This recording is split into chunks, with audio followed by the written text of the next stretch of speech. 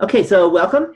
We're now recording. Welcome, Josh and Melanie and Maren and Wentao and Jacob and DJ and Sigi and Jean and Sylvia. And then hopefully others will come in too. This is a pretty important webinar because we're talking about Project One. I don't expect it to take the full hour. I never know. Sometimes it does, but I don't expect it to take a full hour. But I do want to answer all of your questions. So I want to, as I talk, make sure you ask questions if you have any questions about the part of the project that I'm going over. Okay, so I'm going to share my desktop so I can go through where you're going to find things on Canvas that have project stuff. So let me share screen. And I'm going to go to this guy. Okay, and you should all be able to see it now. Okay, and actually, let me chat up too, so I can see that too. Okay, again, you can talk or you can chat questions, and I'll try and keep one eye on each screen. Okay, so first thing is, there's a few ways of getting to the project. I think the easiest is just going to the syllabus. There's a few other ways too. And then if you scroll down, you'll see Project One, and notice it's due by October 15th. Okay, I know that seems like a long time from now, but it'll go fast. This is a project, especially since you're working in groups, in either 2 or 3 people, it takes time just to organize and coordinate and do the survey and all that. So October 15th is, what, 12 days from today? And so, by the way, I hope at least those that are there, and hopefully everyone else too, you have a partner. Do y'all have a partner already? And better is to have 2 partners. But if you have 1, that's acceptable. So if you don't have a partner at this point, you should be panicked, not worried anymore. Now the word is panicked, because you need to have a partner. Okay, so I'm looking at your faces, those I can see faces. I don't see any panicked faces. That's a good news. So I'm assuming that you guys have partners.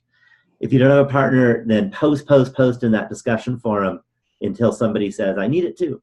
You know, or yes, I'm 2 people. We're 2 people, we can add the 3rd. So that's the first thing. You must have a partner by now. Okay. Notice also that out of the 1,000 points in the class, it's 150 points. It's 15% of your grade. That's a big chunk.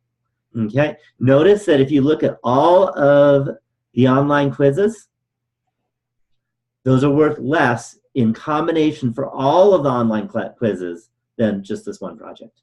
That's how important this project is. Or if you look at all the discussion posts combined, those are worth less than the project.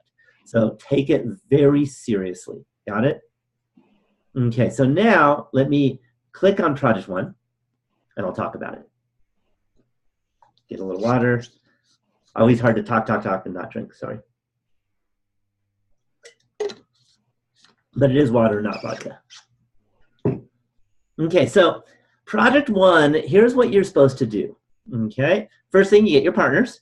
So this is not, you specifically are thinking, but you, as in the 3 of you or the 2 of you, should be thinking of a quantitative investigation. Okay, first thing, put in your chat box what quantitative means. Just want to make sure that you're all on board. It's a pretty simple thing, but it's really important you know that word because it's a word that comes up a lot in our class, and especially for Project One. It's the #1 mistake I see people when they're just starting to kind of thinking about it. Yeah, I like Melanie's answer best is numbers. Okay, so what it means is that you're going to have a survey. You're going to be asking people a survey question. And then those people's answers will all be numbers. Got it? So let me tell you what does not work. I did this a few days ago with my face-to-face students, so I know already where they're getting confused. Okay? Here's what someone else was thinking about doing. They wanted to find out how many people have a ski pass. Of course, there's face-to-face, which means everyone lives in Tahoe. Okay? The problem with that, it sounds like numbers, because how many people? But the survey question would be, do you have a ski pass? That would be what you'd ask the person, and that's a yes or no. So a question like how many people have a ski pass at the college is not a quantitative survey question, because the question is yes or no, is a yes or no question. Do you have a ski pass?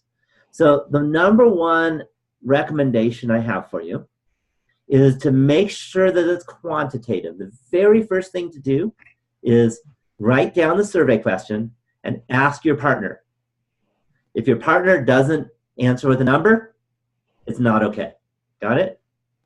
So that's the best suggestion on how to make sure that it's quantitative. The next thing you should do is post on the project discussion forum, and then I'll let you know if it'll work.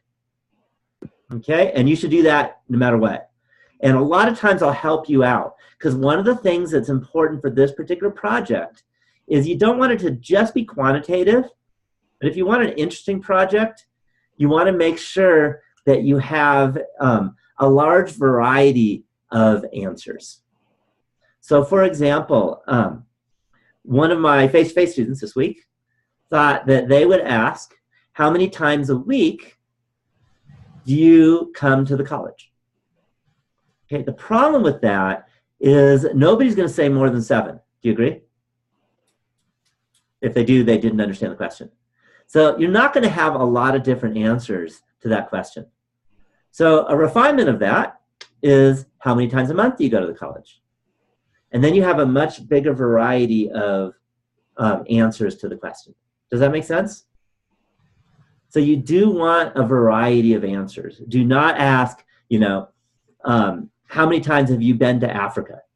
Almost everyone's going to say 0, and you're going to have a really boring study. Does that make sense? Okay, so that's the first thing. Quantitative is important, and quantitative with a variety of answers if possible. Then you have to think about someone that might contract out to have what you're doing done. So if it's not interesting, then it's not a good project. Somebody's got to want to hear the answers. Okay, so if you're just making something up because you want to make a project, it's probably not very good. It should be something that you and maybe somebody would be curious about. So that could be, for example, if you work in a restaurant, it might be something the manager of the restaurant is curious about. For example, what is the average percent tip that people tip? That would be a really important thing that people would be interested in, and the people contracted out would be maybe the wait staff. Does that make sense? At the restaurant. And then you'd identify the person or organization that would contract it out. Once you have decided on that, one thing you should do is decide who your population is. And don't get confused between population and sample. Population are all the possible people that could ever be asked in the universe. Okay? And that might be, for example, all students at the college you're at. Okay? It might be all people in your town. It might be all customers that go to your place at work. Is that clear? And that would be the population of interest. Okay? Notice the word all, not just the ones you ask, but all. Okay? Then you're going to go and perform the investigation. Not sure if you can see the whole thing. Okay, and produce a report on it as though you were handing the report to the person paying for your services. So it's kind of the tone of your talking. One of the things is make sure the project is not about you, it's about the study. So some words that you don't want to have in there are we, I, us. Those words shouldn't be in the project. Okay, you can say, the researchers gathered the data, but you don't want to say we because it's not about you. It's about the project. Okay, the purpose of the project is to make a recommendation based on your findings. So throughout the entire paper, every time you cite anything, whether it's the first quartile or the histogram or the mean, every time you cite a number or a chart, you should talk about how your client might use that information. Okay, don't wait till the end of the paper. It should be intermingled throughout the entire paper. Any questions on that so far? Okay. Include a statement on who has hired you and why. Make sure you let me know who you're, and again, by the way, you don't really have to find someone to hire you.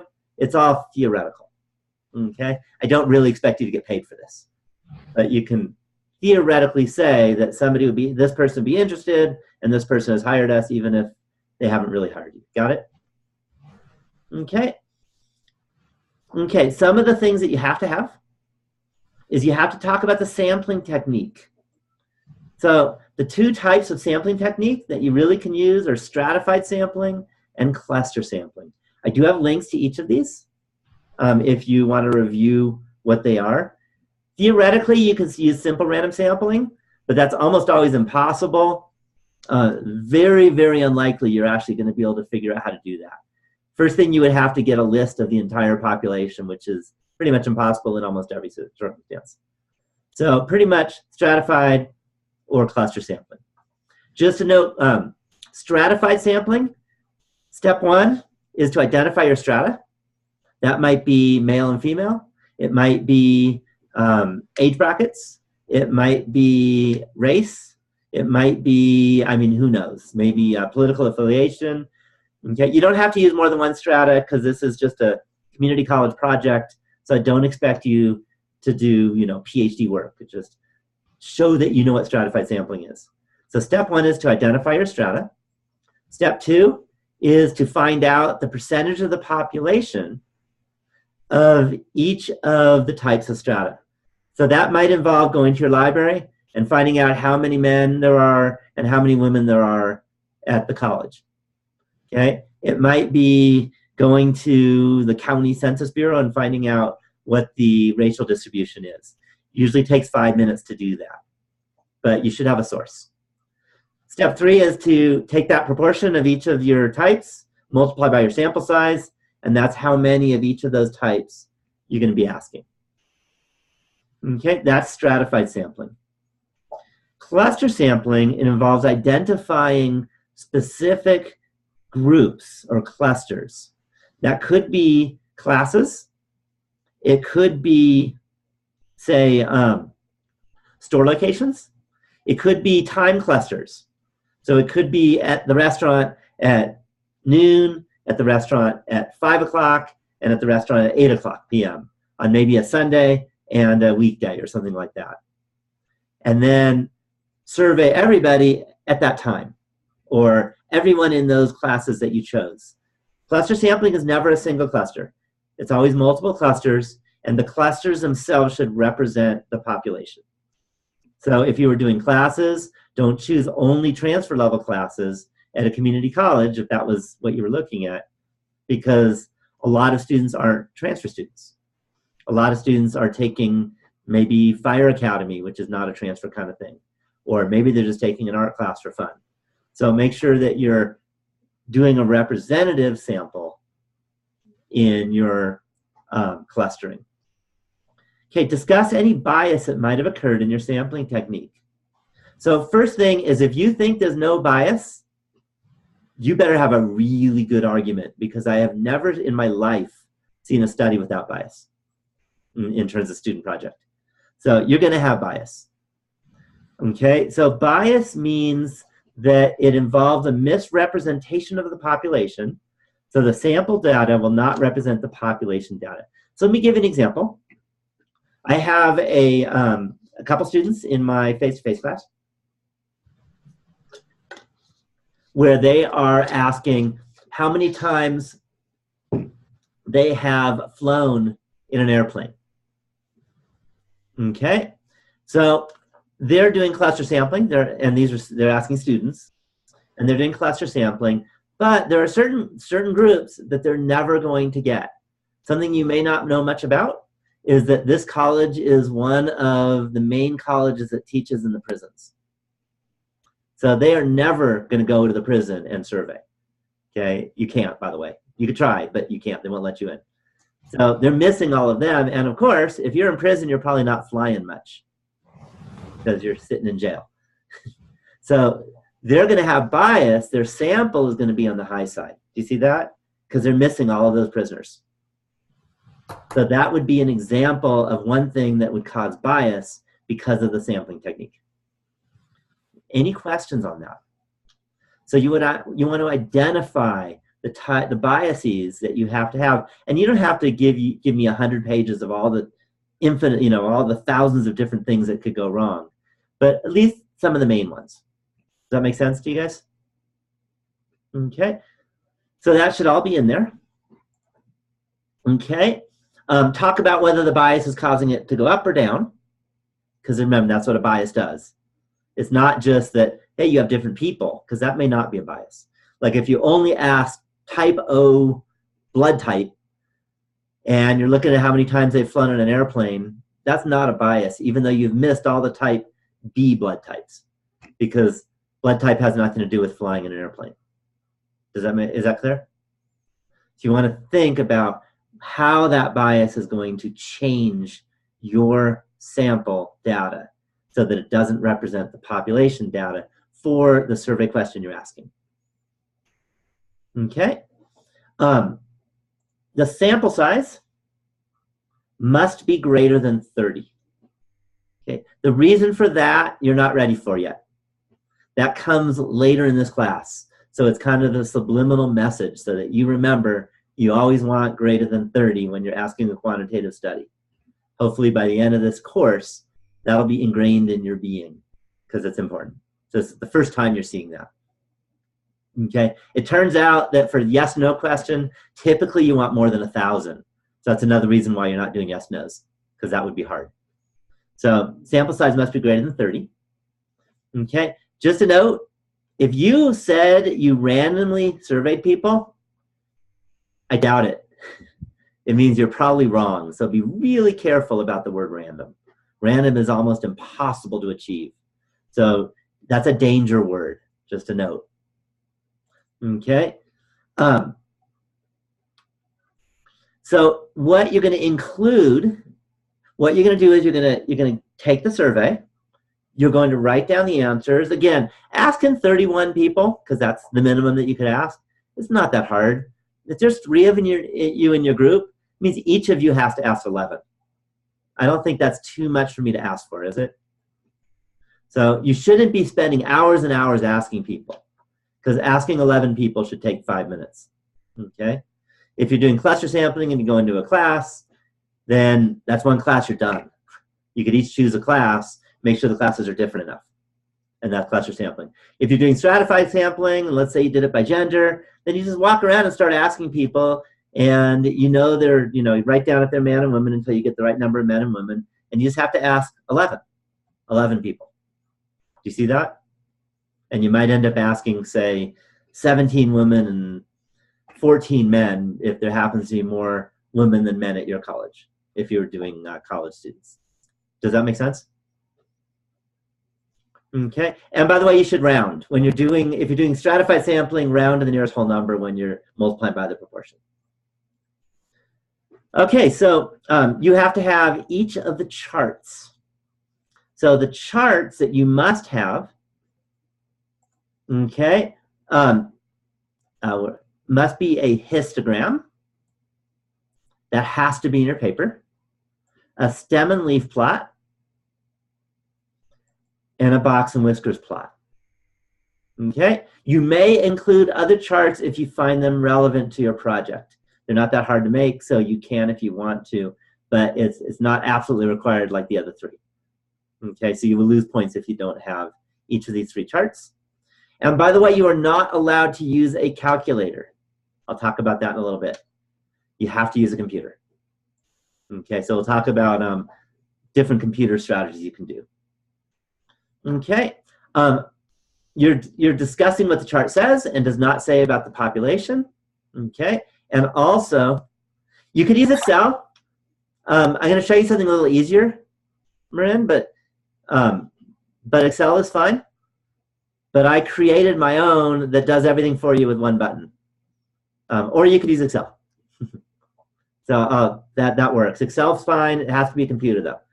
The one I created was actually on Google Sheets, which is basically an Excel Google version. Okay, and I'll show you how easy it is.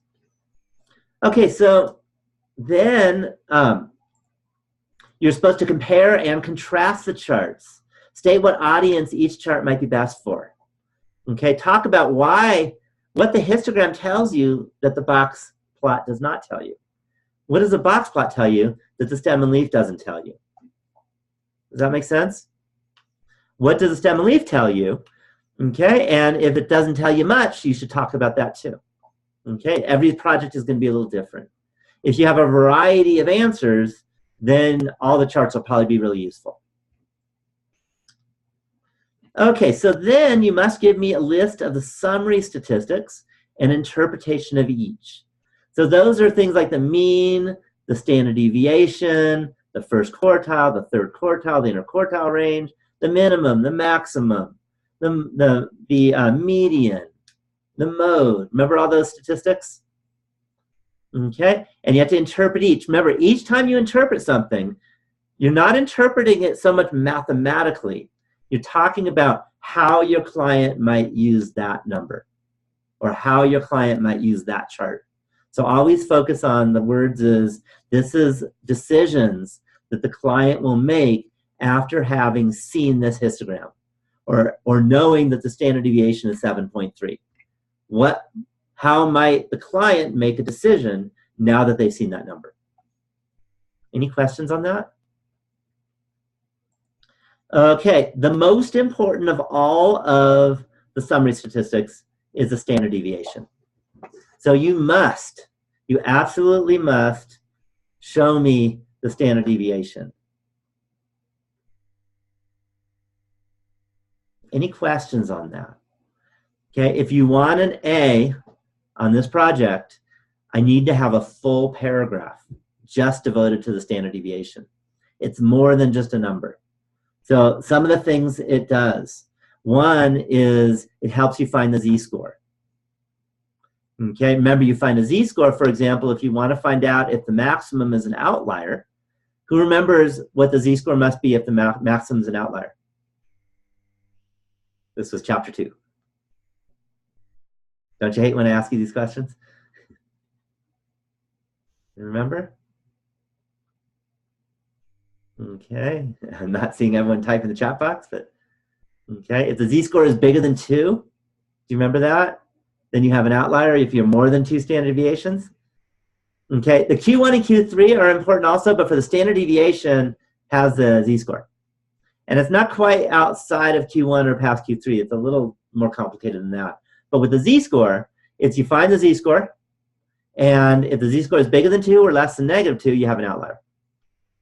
So if the maximum is an outlier, it means bigger than 2. If the minimum is an outlier, that will mean less than -2. If it's greater than 3, then it's an extreme outlier. Does that ring a bell at all? It's supposed to. Okay, that happened. Okay, so this is all part of the standard deviation because the z-score is computed by the standard deviation. Then there was the empirical rule. Remember that said that if you have a normal distribution, how do you tell if you have a normal distribution? What's going to tell you that with this project? See if you can type the chat box. What's going to tell you if you have a normal distribution? Yeah, which graph? Which graph is going to show you the distribution? There's one special one, and there's 3 that you must have. Stem and leaf, maybe. Yep, stem and leaf could be there, but even better is a histogram. Okay, even better is a histogram. So stem and leaf are histogram, and you're looking for bell-shaped, that kind of bell-shaped. So if it looks bell-shaped, then you say, it looks somewhat normal. It's not going to be perfectly bell-shaped, but if it's not that far from being bell-shaped, if it just looks like that, then you don't have a normal distribution. But if it looks like this, that's normal. Then you use the empirical rule, and that says 68% of the data is within 1 standard deviation of the mean. 95% is within 2. Okay. If you can't use the empirical rule, if you don't have a normal curve, or even approximately normal, then you could at least use Chebyshev's theorem.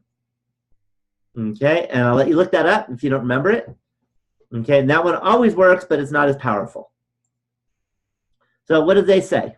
Okay, that's all part of the standard deviation. Okay, because Chebyshev's theorem also talks about z-score.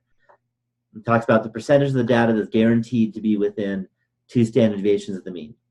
Okay, and that was 75%. You may not remember that, but again, you could look it up. This is not a test, it's a project, which means I want you to go back to the chapters, you know, the book or the videos, whatever, and see that. Any questions? Any questions on the standard deviation? Okay, I want a synopsis of the importance of your findings. Okay, so include recommendations that will give to interesting parties based on the mean standard deviation, IQR, each of the charts, etc. Okay, so in your recommendations, include specific values. So I have a nice example. If your study was on the age students first learned the quadratic formula, okay, that would definitely be a study you can make, right? Okay, and let's say the mean was 15.3. Then you don't want to say the mean could be used to understand when people learn the quadratic formula. Okay, the problem with that is it didn't actually use the mean. You never use the number 15.3 in that. Do you see that? And it doesn't help with recommendations. Instead, you would say students are learning the quadratic formula on average just after they turn 15 years old. Okay, based on this, high schools should be leery about moving chemistry, which requires this knowledge, to the freshman year. So do you see how that actually is a recommendation? So you want to be focusing on recommendations after seeing the values. Don't just tell me what the value is. Don't just say, standard deviation was 15.3. Well, that's pretty old. That's no recommendation. Okay, talk about how it could be used. If you have a study that's not useful, then it's not okay. You need to have a better study. So make sure that when you're designing your study, make sure something is going to be useful, that people will be interested in the answer. Any questions on that? Okay. And then again, these recommendations should be incorporated throughout the paper. Pretty much every paragraph is going to have recommendations, not just at the end. Okay. Typically towards the end, you're going to tell me how you could do the project better and what more items might you be interested in that would relate to what you just did to provide more information to the client. Okay? So for example, if it was about when you learn the quadratic formula, then it might be also interesting to say, well, did they learn it in, that was in intermediate algebra, did they go on, those who understood the quadratic formula, to take higher level math because we want more STEM majors or something? Does that make sense? You could also say, well, we only surveyed students who were under 20 years old, and things might be different in the other generation. Okay, or maybe you only surveyed over 24, and now that you have Common Core, the whole thing has changed. So now we need to find out from teachers when they're teaching the quadratic formula at the high schools now that the curriculum's different. So I'm sure you could think of things that you could ask otherwise. Okay, sometimes it's how you're going to deal with the bias that you had in your study. Okay, so as I mentioned, you have to use a spreadsheet program, and yes, you are welcome to use Excel. Let me click here for you. This is spreadsheet programs. So notice there's Excel. There's also, let me show you what I created. You don't have to use it, but again, I created it for the two projects, and actually for the whole class. You can use this for everything we do in class, except for the exams, because you're not allowed to bring a computer with internet access to the exams. Sorry about that. If you click on this link here, if you have a Google account, if you're already signed into Google, like in your Gmail, then it's a little smoother. If you're not signed in, you may have some hoops to go through. But if you're already signed in your Google, it's really easy. And I'm noticing, let me ask you, take a little survey. It's always fun to do a survey. Put in your chat box, yes or no, I have a Google account, or no, I don't have a Google account. I'm starting to see like yeses from everybody. That's what I thought. Okay, so it's pretty clear people have Google accounts now. Okay, so my recommendation is sign into your Google account first. What I tried to do is I tried to make this really easy. So I'm going to ask you a survey, just for fun. Okay, so the survey I have is, how many months ago, okay, and it might be 1 if you are just, this is the first class you've ever taken in college, but how many months ago did you take your first college class?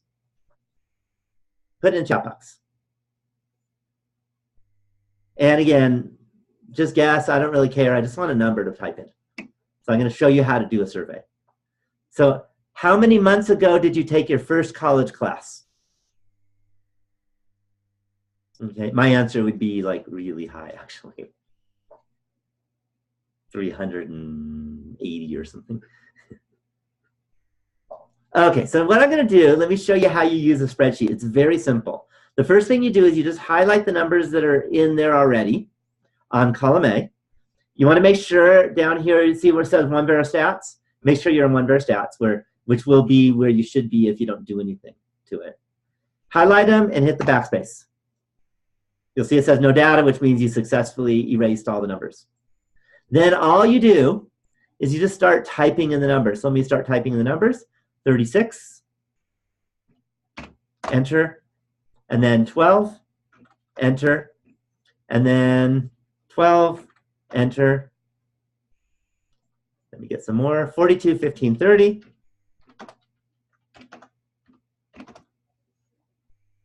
Oh shoot, I think I missed. One more time. 42, 15, 30, 16, 28,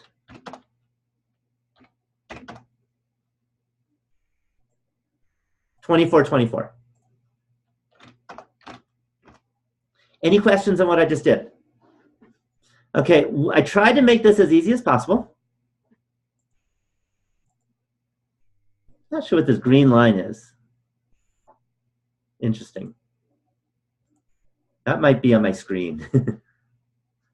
Okay, so I tried to make this as easy as possible. So you'll notice that you don't have to do anything.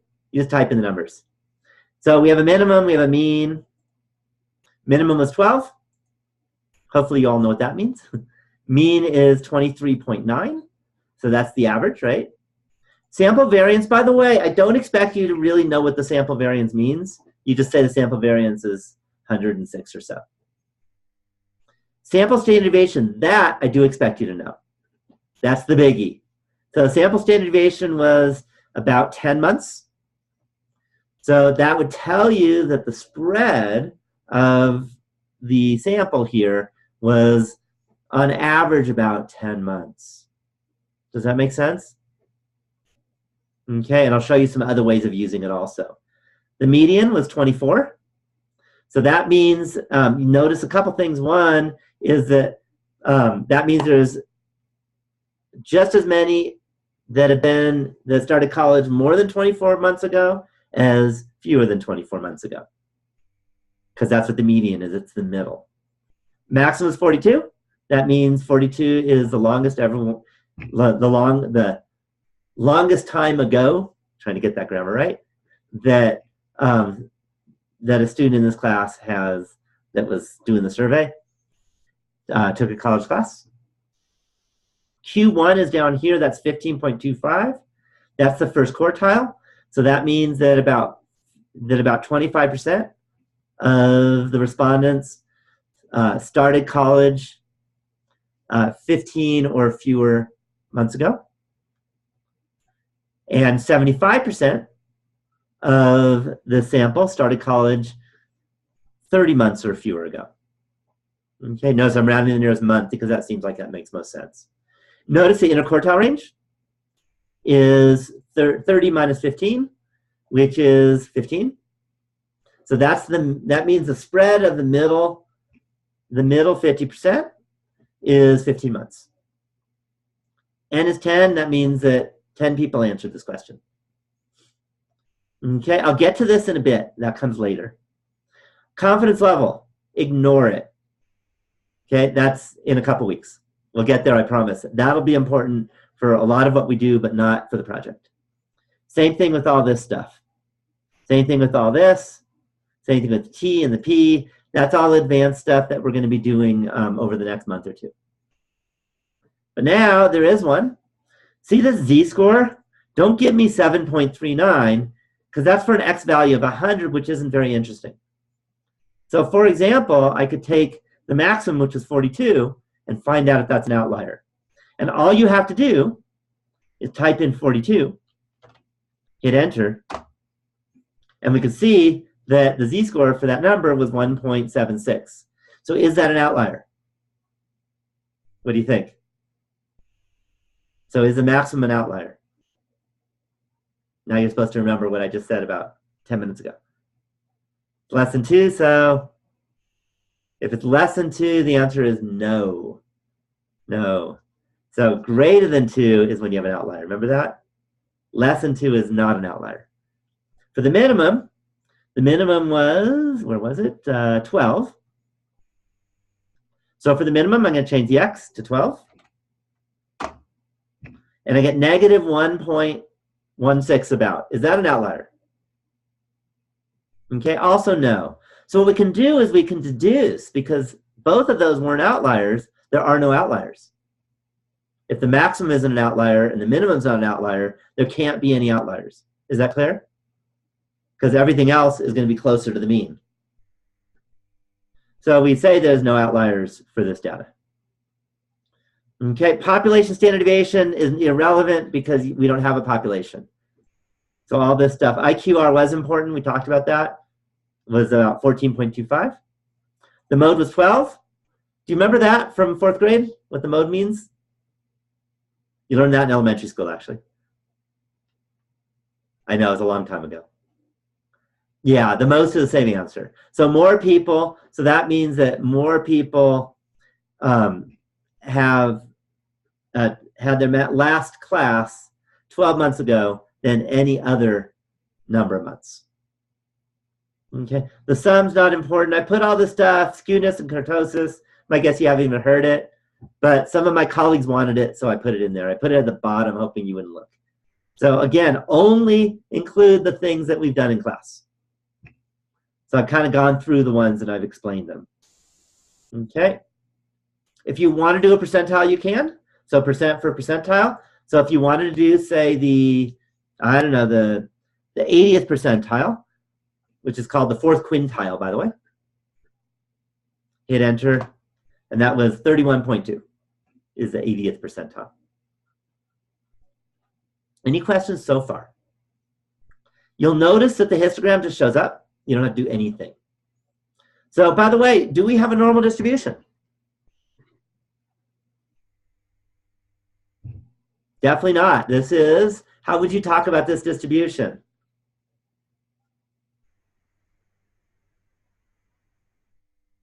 Not 30% is in the 80th percentile, but 30 months is the 80th percentile. So that means that 80% of the people who answer the question started college 30 months or sooner, or early, or yeah, sooner, I guess. Yeah, so we would say this is skewed to the right. Good. Skewed to the right. I would call this bimodal because there's a mode, a nothing, and then a mode. So this is bimodal, and it's skewed right. Okay, I'm not going to do the whole project, but then you're going to talk about how that could be used. Okay, to do a box plot, we do the following. Go to Stats. This is the only thing you actually have to hit a menu item. So it's easier than calculator, but Google doesn't do this by itself. I had to write all kinds of code for this. It was a lot of work. So box plot.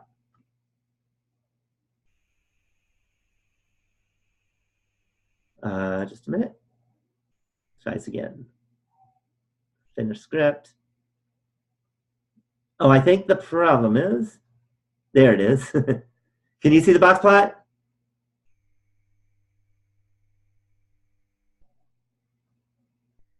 Because it's on the far right. I'm not sure how far on the screen you can see it.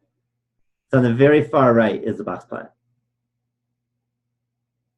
You can't see it? Okay, I might have to make this smaller. Let's try doing it. Can you see it now? Okay, yeah. The problem is that the screen got so wide, if it's on the far right, you can't see the far right. Okay, so that's not like something special you have to do with the spreadsheet. That just has to do with the screen size you're looking at.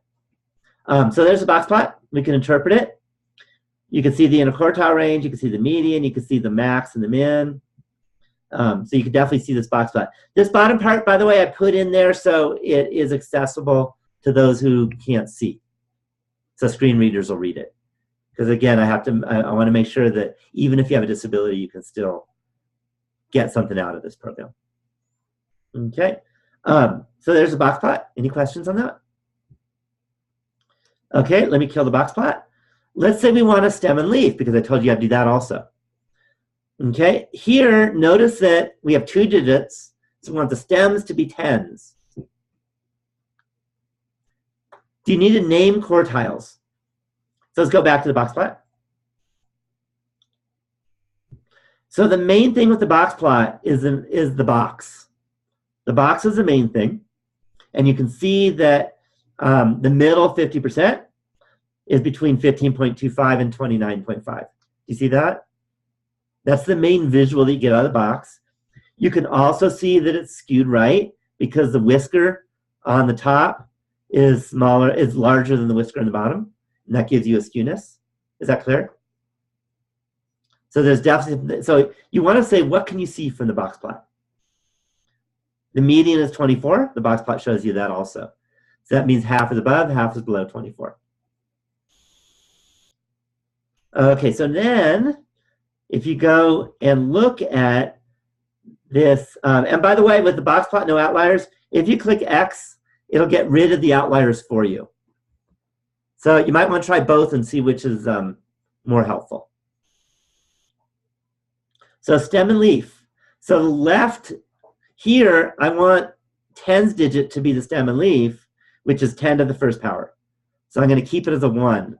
If most of your answers were in the hundreds, then you're probably going to make that a 2. So you could do 10 squared, which is 100, to be your stem. If your answers were all like 5.2 and 6.1 and 4.3, then you're going to put a 0 because 10 to the 0 is 1 and the 1's digit should be your stem. So you could change your stem based on that number there. Most of you will probably use 1, but sometimes not. So if you go stem and leaf, there's your stem and leaf plot. Any questions on this? Okay, it's kind of neat. It's like a perfect triangle. Did not expect that. Okay, so that tells you again from the stem and leaf, you can definitely see it's not a uniform distribution. It's not a normal distribution. This is skewed right. You could see that right away from the stem and leaf, 42 is your maximum. You could read the minimum as 12. You can't do that with a histogram. Okay, so again, when you're comparing and contrast, that's the kind of thing you compare and contrast with. Okay, all these words here, this is for the blind. So if you're not blind, don't worry about it. Okay, that's just if you're blind, this will come up on the screen reader. Any questions on this? Okay, again, you're not required to use this spreadsheet program, but you are required to use a spreadsheet program. It must be a spreadsheet program. It cannot be your calculator. And the way you're going to show me you used one is you're going to put, if you use this one, you're going to copy and paste this column into the paper. Why wouldn't you use this program? Because I'm not going to say that my program that I made is the best in the world, and because that sounds egotistical. But students have found it easy. Okay, but if you love Excel, then you can use Excel. That's what I'm trying to tell you. Or if you happen to have SPSS and you know how to use that, it's like $150 or so, but it's pretty easy to use. Go ahead. This is free, by the way, because I think I believe in free. So you copy and paste this into Word document. For the charts, you may need to do a screen capture to copy and paste in. Have you all, if you're using Windows, have you all used a snipping tool? Okay, it's a really nice tool. If you go to your start menu, or if you go to, so I'm using Windows, old Windows on this computer. On 10, if you go to your programs and you search snipping tool, you do it, you click new, rectangular, you grab a little rectangular, click edit, copy, and paste it into your document. that make sense?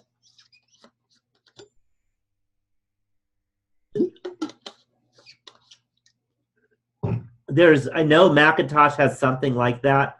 I'm not a Mac user, so, but I'm sure that you can find a YouTube video that shows you how to do it.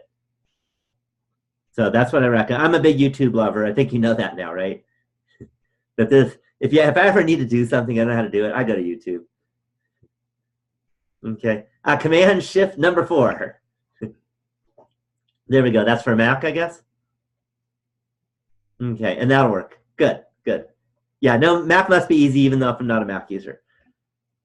Okay, I always know that Mac people love Macs and they know how to do it, so I trust that.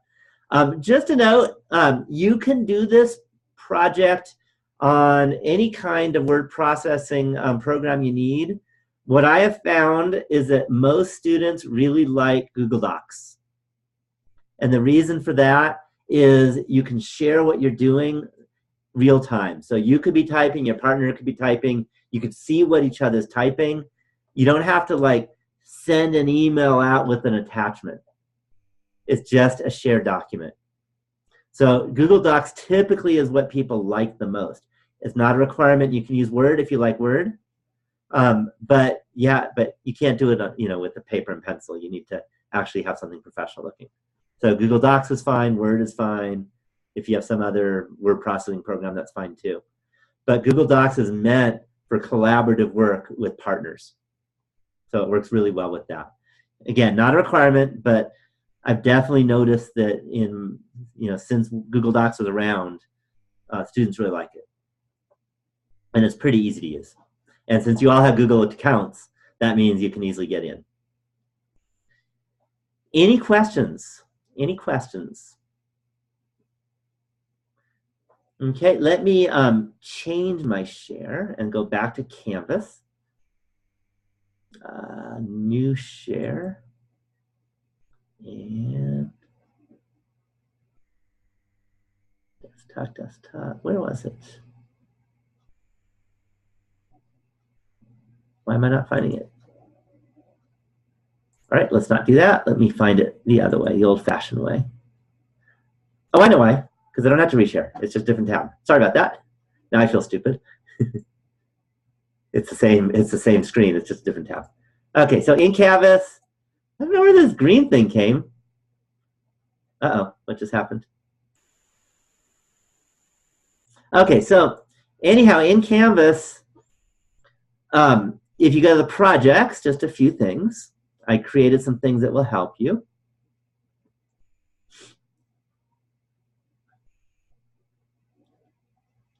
Okay, what I recommend, strongly recommend, oh, it's from you, using your smartphone, can't erase it. Really? The green thing? Oh well. Okay, yeah, I've never seen it before. Okay, so anyhow, two things you should do to communicate with me personally before you turn your project in. The first thing you should do is send me an email, or not send me an email, a post on the project discussion forum what your idea is for the project.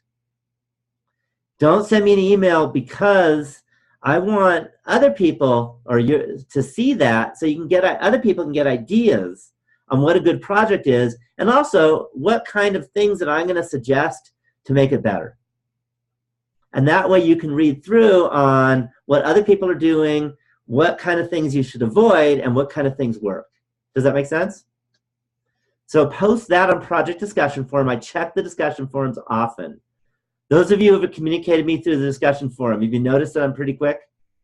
Especially for those who took other online classes? Kind of unhealthily quick. So I will get back to you. Okay, that's a promise. There'll be times it'll be some hours, but it'll never be days. Okay, usually it won't be very many hours. Okay, I will get back to you. I eat dinner and I have the discussion forum sitting there up on the screen while I'm eating dinner. I just do it. It's just my way. Other people don't always like that so much that I'm eating dinner with, but just my way. Okay, so please post and I'll get back to you. So post on the project discussion forum your idea. You should tell me your survey question. you should tell me who your client is, and you should tell me who you plan to ask. Okay, so I'm going to be using stratified sampling. I'm going to stratify by ethnicity, and this is the question I'm going to ask, and my client is the school board for the college board, because they'd be interested. Something like that. Okay, then I will let you know. I'll say, wonderful, that is perfect, great project, I look forward to reading it. Or maybe I'll say, your survey question looks really good, but your stratification isn't going to work for this reason. Okay, so I'll let you know what works and what doesn't work. Okay, or I'll say, well, survey question wasn't so great, and you probably aren't going to be able to have success using your particular sampling technique either, so here's some suggestions. But I'll always give suggestions. I won't tell you start over and do nothing. I'll give you some thoughts. The one thing I won't do is if you ask me, what should I ask for my project? I'm not going to tell you. I want to come from you, not from me. So it should be something you're interested in, not something I'm interested in. So that's something I won't answer. Okay, but there are thousands of different things you could ask. Okay, so that's the first thing you should do. Okay, the second thing you should do, which is going to be later, maybe next week. Okay, when do you need to post your idea by? Well, the sooner you do it, the more time you'll have to actually do the project. If you wait till the night before the project is due, that's really bad. Okay, so I recommend within the next few days, because that's actually the easy part of your project. You just have to get together your partners, come up with something, type it out. Okay, you don't have like paragraphs of writing, it's just one little thing to do. So I promise you that's not supposed to be hard. But it's also the place where a lot of people go wrong and need help, and they do adjustments. Okay, the second thing you do, and that's the hard part, is all the work. So do all the work, take your survey, write down your project, do a full draft of it, and then email me. That's when to email me. And email me if you're going to be doing a Google Doc, then you just share the link to me and then I'll have it. If it's a Word document, you're probably going to need to do a attachment in the email. But a Google Doc sharing will work, as a link if you're using Google Docs. Email it to me.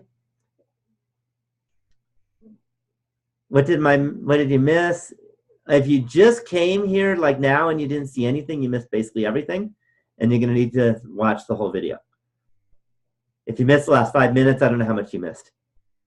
So I didn't pay attention to how long you've been logged out because I don't know. That doesn't show up on my screen. Okay, 3 minutes. So you missed that you should be emailing me your ideas, and you should be emailing me your rough draft, your first draft. Email me your first draft. Give me a few days. Don't do it the night that it's due. Do it at least a few days before it's due, because it takes me time to read. Okay, that's not a 5-minute thing. I have to read the whole project, and that might be 8 pages of reading. And I may have 17 people or 20 people that all sent me 8 pages. And just note, 20 times 8 is 160 pages of reading. So that's not going to happen in an hour. So give me time. Hopefully you understand that, because I have to read it to be able to give you feedback. So give me time to read it, and then I will give you feedback. I'll give you bullet items of things that you can do to improve your paper. I won't tell you the things that are good. I'll tell you the things for improvement. So don't think your paper's awful because I only said bad things. I only say the improvement part. In the final grade, I'll tell you some good things. Okay, what I did is I have a link here, Project One feedback page. Okay, and what these are, you'll notice 1 through 8, and then the next one is a 1 through 11. So I did a couple, these were real feedback items that I sent out for people who sent projects. Okay, so I thought I'd give you these because you could look, and these are things to avoid. Please include age groups and their percentages, and cite your source that you use to find the demographic information. Okay, that's for stratified sampling. Okay, please include the exact words that you were used in the survey question. So in other words, you should quote the survey question. Tell me in your paper, you should write down what the survey question was. Okay, I'm not going to read through all this. I'll let you read through all of this. So this is, I did a couple example emails. I asked for permission from those people and they said I could post it. Okay, so these are a couple that happened in the past. Okay, so these are things to avoid. Don't make the same mistake. Okay. Let me go back.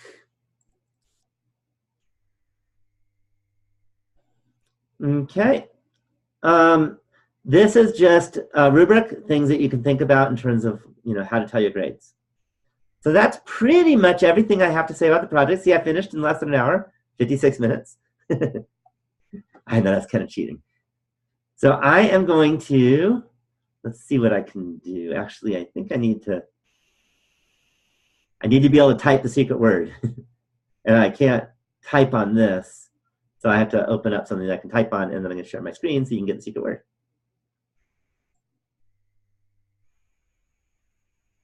And let me go new share.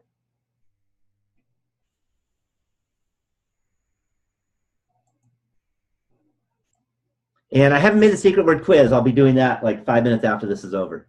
So don't panic if you don't find the quiz until 5 minutes after this is over. Okay, so secret word.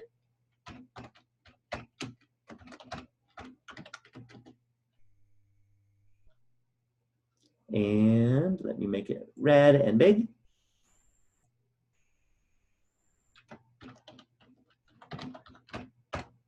Is communicate.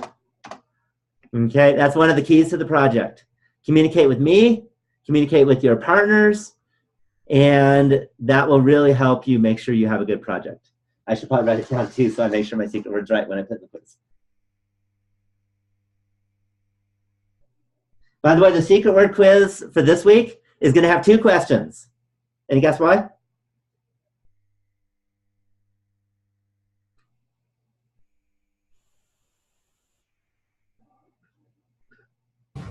Because yeah. there's 2 days. Yeah, yesterday's webinar and today's webinar. Okay, so just note there will be 2 questions. It should be easy if you attended both or if you watch both. It'll be obvious. It'll say what was the secret word for Monday's webinar and what was the secret word for Tuesday's webinar. So it'll be clear. I don't give trick secret words. I just want to make sure everybody's watching this. And hopefully you understand, I'm not trying to be mean by making you watch it, but how would you have done in this project without this webinar? Yeah, because I think it's really important. I'm going to unmute everyone because this is Q&A time, which is time to ask questions.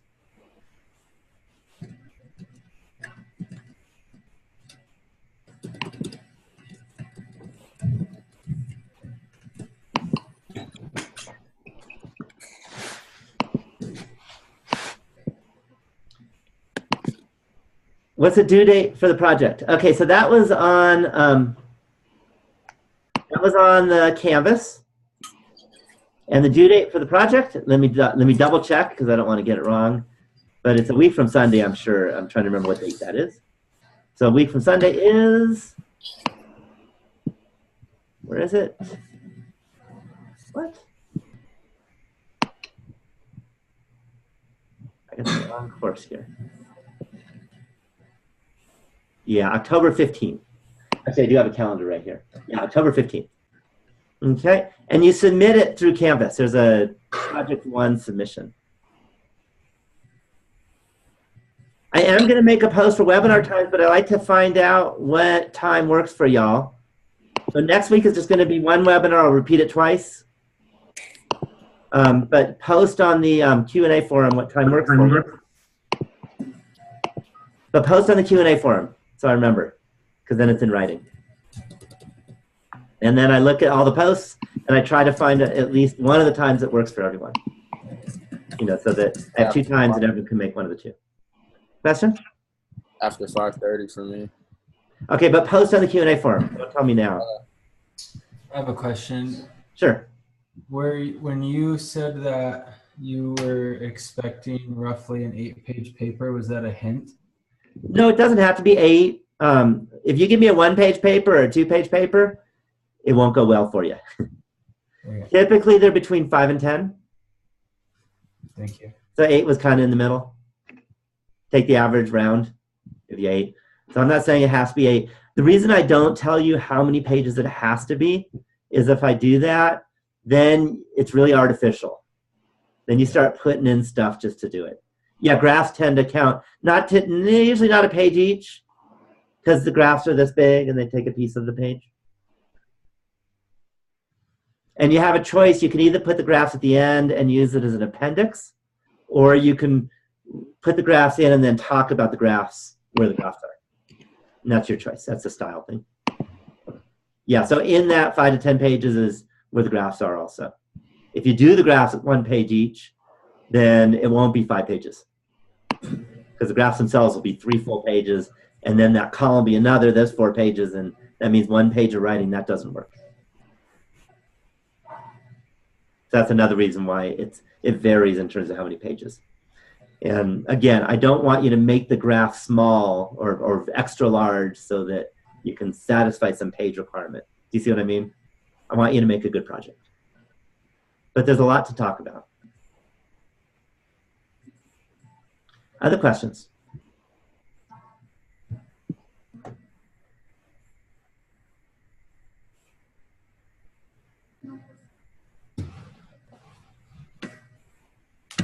Other questions? I'll be happy to answer any questions. And also you can post on, these are the questions you post on the project discussion forum, because it's just project related. Okay, if there's no questions, we can say goodnight. Again, I'll be here until there's no more questions, but if there are no questions, then it's a good night time. Maybe I'll see. Remember, if you want to say goodnight, you can go out. Do we put all of our names on the same paper? Yes, yes. So there is 1 paper for your group.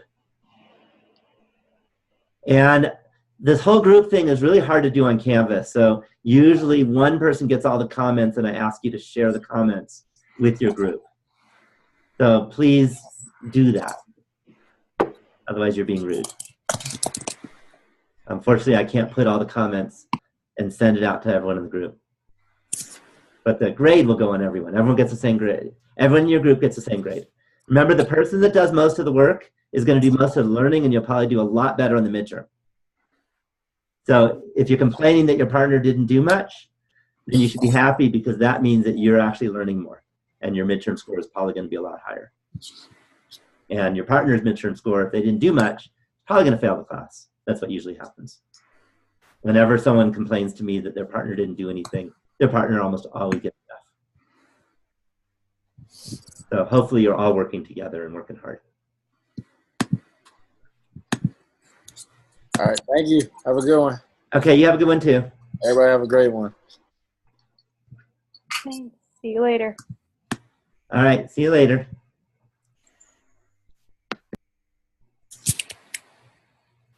Example of what students have asked in the class. Sorry, I didn't ask that. So again, one of them in my face-to-face this quarter is asking how many times you've been on an airplane. Okay. And their client, by the way, I think was the head of United Airlines or Southwest or one of those places. And they wanted to see how they should advertise. Okay, so that was an example. There's lots and lots of good examples that have worked. I've had one where a person worked in a restaurant. Okay, in fact, their whole group worked in restaurants, and they wanted to find out what % tip was given by the customers. And that was a nice one, because the client was the group of wait staff. And that worked really well, because it's clearly something they were interested in. That makes sense, Rosa Malero? Okay, and I can go on and on. I mean, there's hundreds of really good ones that people have done.